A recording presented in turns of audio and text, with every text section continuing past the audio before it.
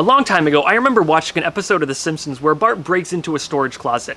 He finds a whole wall full of megaphones, so what Bart does is lines up 10 of them in a row and screams into the megaphones. The resulting sound blast blows out all of the windows in Springfield and all of the beers in Homer's fridge.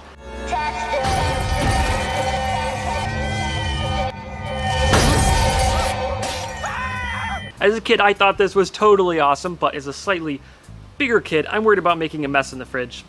No, I'm not. I just ordered 10 megaphones online and they should be here any minute. I got 10 megaphones and this genetic testing kit from 23andMe. They're sponsoring this video. I'll tell you more about that at the end. I also got this sound level meter, so let's take a couple measurements before we start the test. The ambient level in the garage seems to be about 55. Cats are very quiet. Alright, so we took some measurements and we discovered that the vacuum cleaner was between 80 and 90 decibels, depending on, how accurate this thing is, but that's something we can all relate to. A vacuum cleaner is very annoying, but it's not quite loud enough to hurt our ears yet. Permanent hearing damage starts to occur at somewhere around 120 decibels, and that's like front row seats at a really loud rock concert. I've been feeling like these are going to be pretty loud. Not rock concert loud, but loud enough to annoy my neighbors for sure. So we're going to take this experiment down to the park and get it set up. So first we're just going to be testing one megaphone, and then we're going to try all of them and see if it makes it that much louder. All right, Sandra, you ready? I'm going to turn it up. Testing. 76.7. Okay, one more time. Testing.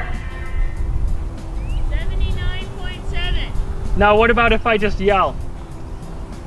Testing!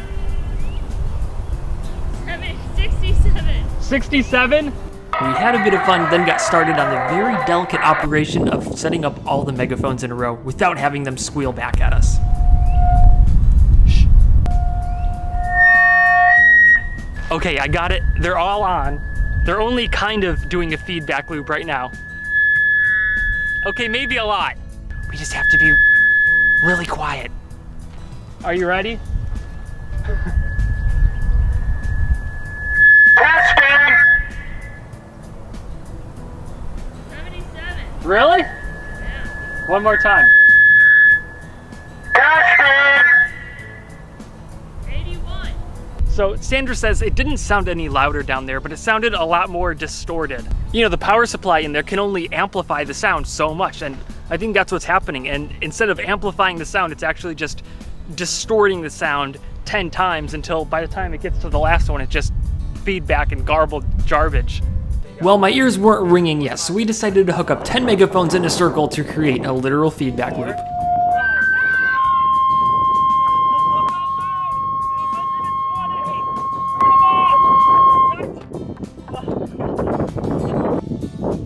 Look at this.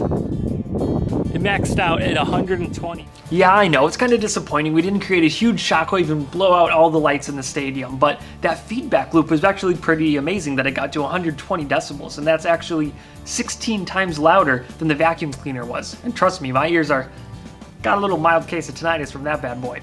For every 10 decibel increase in sound, the perceived loudness is doubled. But only up to a point. You see, there's actually a limit to how loud sounds can be here on Earth in the atmosphere, and that is 194 decibels. Now, to understand that, you need to understand how sound works. I think this is the best animation that shows how sound really works. See, when you're talking, it's not actually just going through the air, your sound is the air, and it's just molecules bouncing off of other molecules. So you see those black bars moving along, those are regions of high pressure. And now the space in between those where there's only a little bit of air molecules, that's a zone of low pressure. Now, there can only be so much low pressure before it turns into a vacuum, and that's no air molecules at all. And you can't go lower than a vacuum. Really, the maximum sound pressure level is determined by the density of the medium that the sound waves are traveling through. So in the air, it's limited to 194 decibels. Anything beyond that is a shock wave. It's the air molecules are moving so fast, they're pushing everything else and carrying everything else with it.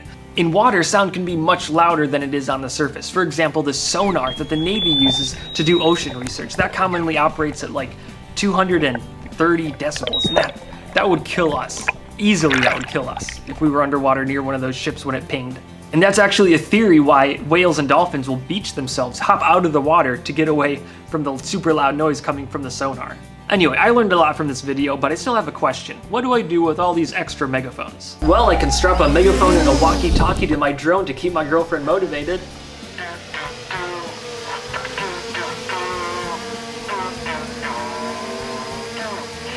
And I can't sing the actual song because it's copyright.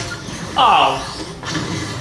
Alright, now I'm going to show you how to break a wine glass using a megaphone. The first thing you need to do is figure out the resonant frequency of the glass, and you can do that just by folding up a piece of paper, putting it on the glass, and then sweeping through the frequencies until you find the frequency where it starts to jump around the most. The next thing we need to do is turn the volume way up, and you're ready to break a wine glass.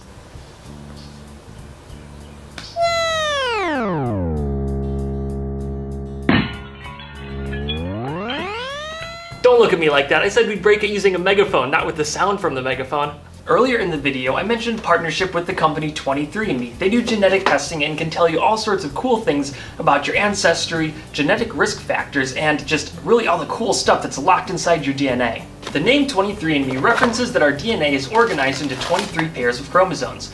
When you spit into the tube and send it back through the mail, it arrives in a lab where scientists analyze your chromosomes and chop them up into little pieces which include all of your genes. Just like a computer program, our DNA contains a code that we can identify. And just like the code that was specifically written for this button, genes contain specific codes to certain parts of our body. 23andMe cracks this code to give you fun information like where your ancestors are from, what kind of food you like, how much caffeine you're likely to consume, what is your muscle composition, and how much Neanderthal DNA is in your DNA. So if you'd like to learn more information about yourself and show your support for my channel, head on down to 23andme.com/backyard and you can order your kit there.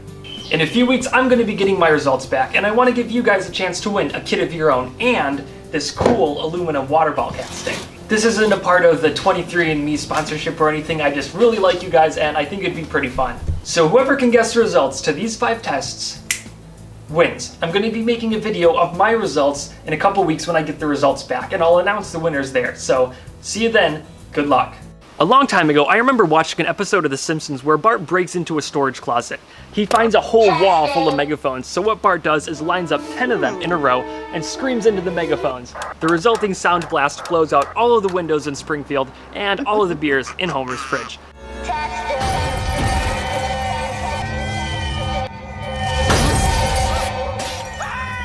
As a kid, I thought this was totally awesome, but as a slightly bigger kid, I'm worried about making a mess in the fridge.